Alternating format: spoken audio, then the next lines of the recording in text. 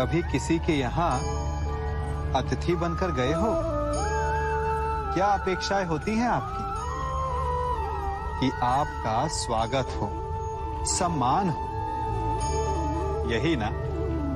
अवश्य कि आपका सत्कार करने वाला मन से ऐसा कर रहा है या उसके मन में कोई खोट है। कहीं वो धूर्त तो नहीं? क्योंकि धूर्त का सत्कार भी विनाशकारी ही होता है। फिर से एक प्रश्न उठता है कि धूर्त को पहचाने कैसे? कभी सर्प को देखा है? उसके निकट जाओ तो फुफकारता है, दूर रहने की चेतावनी देता है।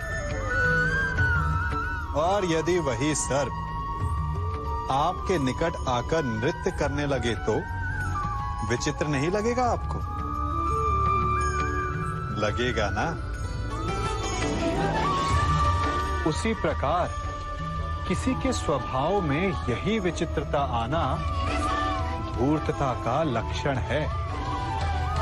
धूर्तता से आपको ठगने वालों का भी सबसे बड़ा लक्षण यही होता है कि वो आपसे अपने स्वभाव के विपरीत व्यवहार करते हैं। जो आपसे अधिक मीठी बातें करे और अत्यधिक विनय दिखाए तो उससे सावधान हो जाइए, क्योंकि मित्र दिखावा नहीं करते और अत्यधिक प्रेम का दिखावा करने वाले मित्र नहीं होते। अति विनयम धूर्तस्य लक्षणम।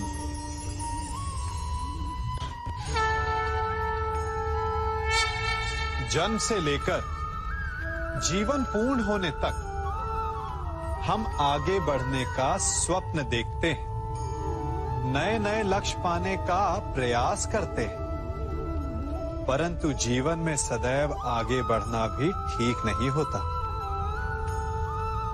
अब आप कहेंगे कि ये ग्वाला हमें कौन सी उल्टी पट्टी पढ़ा रहा है, परंतु सीधे जाने का मार्ग कभी कभी उल्टी सीख से ही आता है।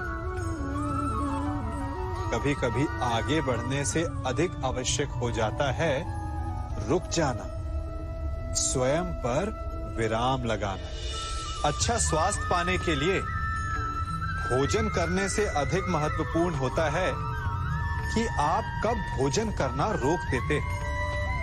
अच्छा संबंध बने उसके लिए आवश्यक होता है कि आप कब अधिक हस्तक्षेप करना रोक देते हैं।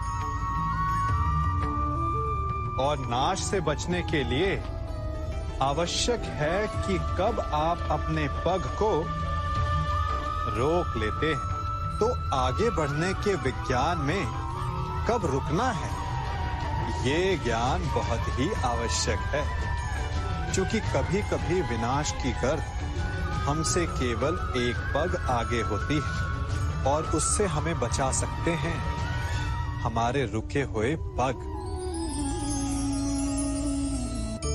चाह मनुष्य के जन्म लेते ही उसके मन में जन्म ले लेती है। चाह जीवित रहने की, फिर प्रेम की, फिर आनंद की, फिर सफलता की, परंतु सबकी चाह पूर्ण नहीं होती। हर एक के पास अपनी चाह ना पूरी कर पाने के सैकड़ों कारण होते हैं। अपना लक्ष्य ना पूर्ण कर पाने के सहस्त्र बहाने होते हैं और हम ये जान ही नहीं पाते कि कब हमारी असफलता के कारण हमारे ना प्रयास करने के बहाने बन गए। हम जो चाहते हैं उसे ना पा सकने का कारण ये कभी नहीं होता कि अवरोध बड़ा था। कारण ये होता है कि हमारा प्रयास छोटा था। कभी कुएं से पानी निकाला है तो अवश्य देखा होगा कि कोमल रेशों से बनी हुई रस्सी भी कठोर पाषाण पर अपने निशान छोड़ जाती है और हर बढ़ता निशान उस पाषाण को और दुर्बल बना देता है। उसी प्रकार हमारा हर प्रयास हमें हमारे लक्ष्य के और पास ला सकता है। तो असफलता का कारण बाधा नहीं, प्रयासों की कमी। प्रयास कीजिए, फिर देखिए आप जो लक्ष्य चाहेंगे वो मिल जाएगा। मनुष्य का मन बहुत ही चंचल होता है, इसीलिए कभी कभी कुछ नया कार्य प्रारंभ करने से पूर्व हमारा मन संशय से घिर जाता है और ऐसे समय में हम प्रयास करने से पीछे हट जाते हैं। और इन सब का कारण है स्वयं पर अविश्वास, दृढ़ निश्चय की कमी। हम जिन्हें ऊंची दृष्टि से देखते हैं, जिन्हें अपना आदर्श मानते हैं, उनके जीवन में गहराई से देखिएगा, केवल एक ही अंतर पाएंगे, निश्चय का अंतर। ये निश्चय ही है जो हमारी प्रतिभा को धार देता है, हमारे प्रयासों को शक्ति देता है। ये निश्चय का अंतर ही तो है कि एक मनुष्य सागर की गहराई में जाकर मोती ले आता है और दूसरा हार मानकर किनारे पर बैठ जाता है। तो हार तब नहीं होती जब आपका प्रतिद्वंदी आपसे जीत जाए। हार तब होती है जब आप ना लड़ने का निश्चय कर लेते हैं।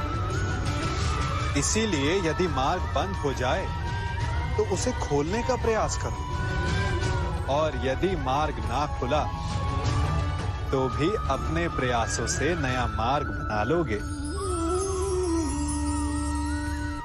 हमारे जीवन का मूल आधार है करुणा। करुणा क्या है?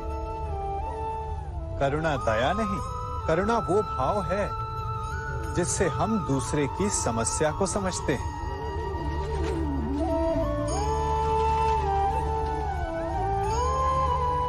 उसकी कठिनाई को अनुभव करते हैं। इस संसार में सारे संघर्षों का मूल है एक दूसरे की परिस्थिति को ना समझना, और इस समस्या का हल है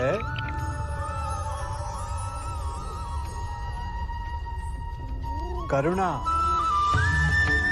करुणा किसी पशु पक्षी के प्रति हो या किसी मनुष्य के प्रति, ये आपके जीवन में कलेश और संघर्ष जैसी भावनाओं को दूर रखती है।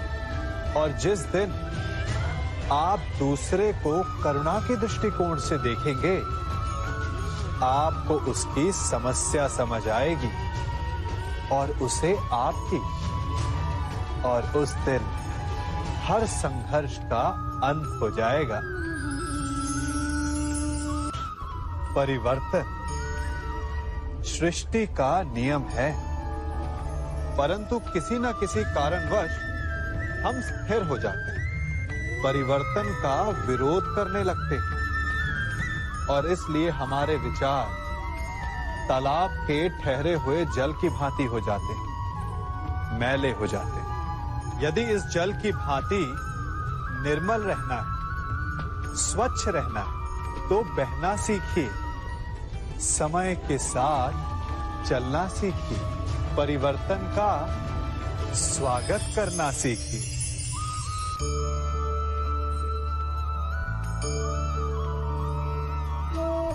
पता है इस हरी मेहंदी में लाल रंग कैसे आ जाता है? कष्ट सहकर। लाल चटकता रंग चाहिए तो इन मेहंदी के पत्तों को पीसना पड़ता है, बार बार प्रहार करने होते हैं, उसके पश्चात इसे पानी में मिश्रित करना होता है, तब जाकर ये ललनाओं का श्रृंगार बनती है। स्वर्ण के साथ भी यही है, जितना तपता है उतना शुद्ध होता है। और नग तो आप सभी को भाते हैं ना। हीरा भी पहले कोयला होता है, धरा के भीतर का ताप सहकर, उसका दबाव सहकर इसके भीतर ये चमक आती है। आप समझ रहे हैं ना मैं क्या कह रहा हूं? जितना आप कठिनाइयों से जूझेंगे, आपका व्यक्तित्व उतना ही निखरेगा। कठिनाइयों की भट्टी में जितना तपेंगे, आपका चरित्र उतना ही निखरेगा। तो अगली बार जब आपके समक्ष कोई समस्या आए तो घबराइए मत, उससे लड़ जाइए, क्योंकि हर समस्या हमें कुछ नया सिखा कर जाती है।